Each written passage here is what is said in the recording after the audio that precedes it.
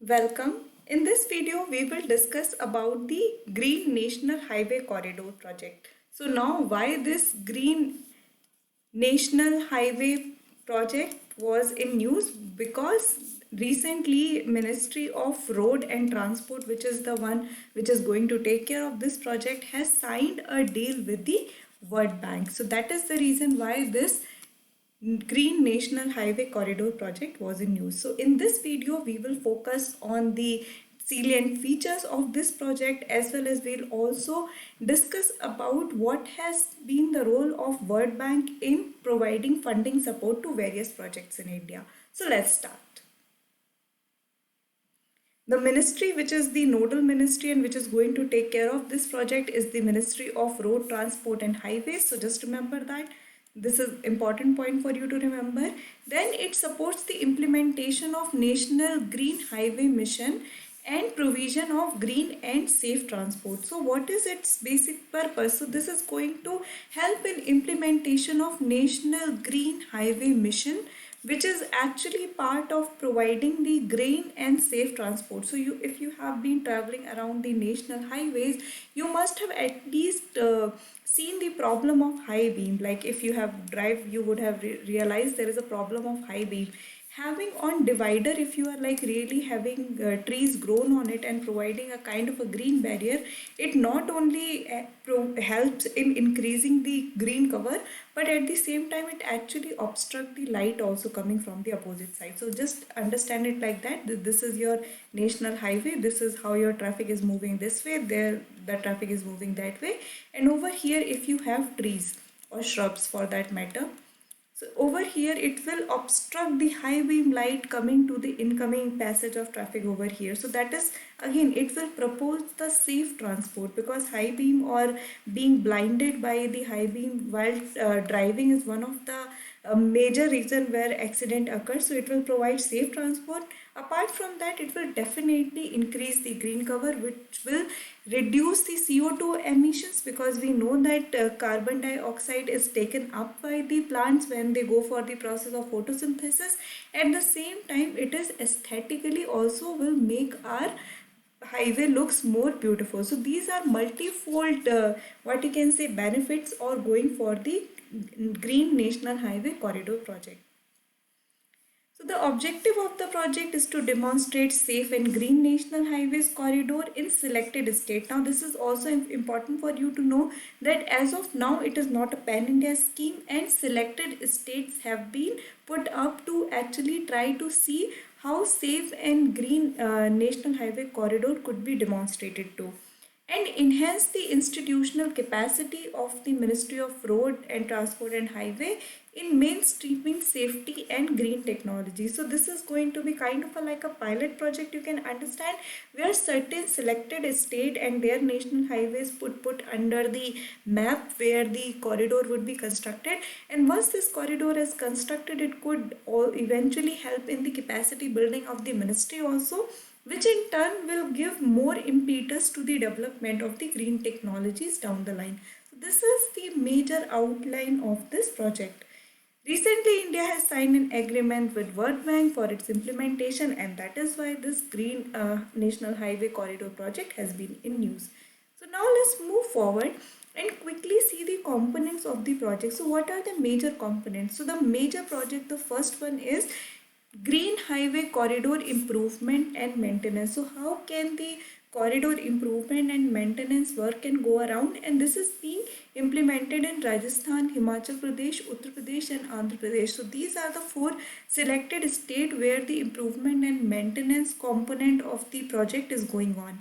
Then institutional capacity enhancement. We just read that Ministry of Road Transport and Highway would want to eventually increase or improve their green technology.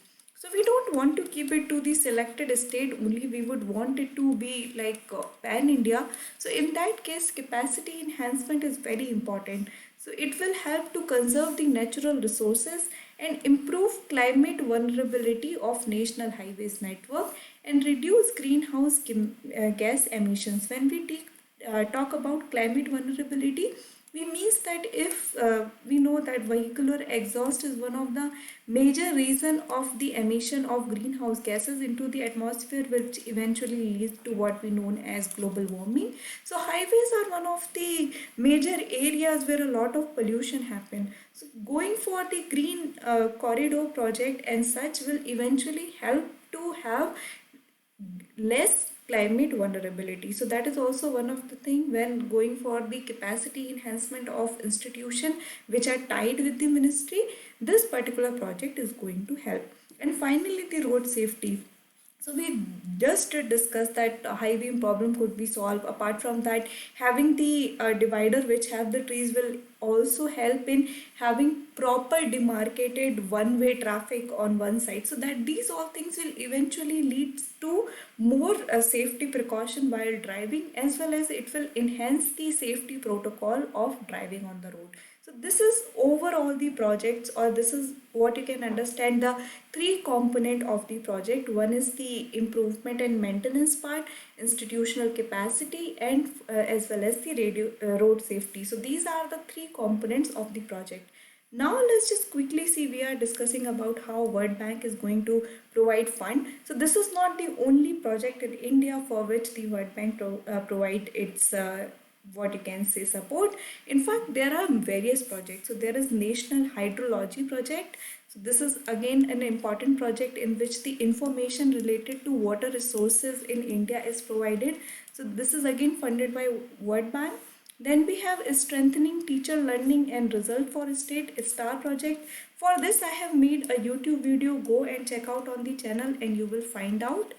We also have National Nutrition Mission. For this also I have a YouTube video under the Poshan Abhiyan. So you can see that under the Poshan Abhiyan, I have explained about the National Nutrition Mission. India get the support of World Bank for the National Nutrition Mission also. Then National Mission for Clean Ganga. This is their Namami Gange program. For this also there is a YouTube video. You can go and check that out. We have National Biopharma Mission. That also I have already made a YouTube video. You can go ahead and check out the various component of National Biopharma Mission. We have Atal Bhujal Yojana, which is basically related to the rejuvenation of groundwater. So we know that India is one of the nation which has over exploited its groundwater resources. So Atal Bhujal Yojana is about the rejuvenation of groundwater. Then we just talked about the Green National Highways Corridor project, which is again would be funded by the World Bank to an extent. And then we also have Jal Vikas Marg project. What is this related to? This is related to Indian Waterways 1, which is on the sides of Ganga. So on the river Ganga, the waterways which is being formed, that covers under the Jal Vikas Marg project, and this is again funded by the World Bank. So these are some of the major projects which are funded by the World Bank, and this is a good time for you to revise about the salient features of these two. So I hope that you have understood this video. This project is important from your UPSC perspective also, and while writing mains also, these will come in handy when you are talking about what kind of efforts has been taken by India to reduce its GHG emission under the Paris Agreement. You can quote about these things as well. And apart from that, just for your examination point of view, let me just show you how you should prepare your what you can understand as the various schemes and projects. So for schemes and projects, try to follow this framework. It will really help you. Look out for the ministry. Look out for the implementing agency, which agency has been given the power to implement that project. So implementing agency. Then also look out for the exact aim, components, beneficiaries. So you have to again have a multi-stakeholder kind of approach, that you are able to figure out who all are going to benefit from it, and be as broadened as possible. And finally also look out for exceptions. So if you prepare the government schemes in this way, you will be able to cover most of the questions which has been asked in UPSC so far. So I hope you will try to follow this framework. It will become really helpful. So that will be it for this video. I hope you liked it. If you have any doubt, feel free to drop a comment. Thank you.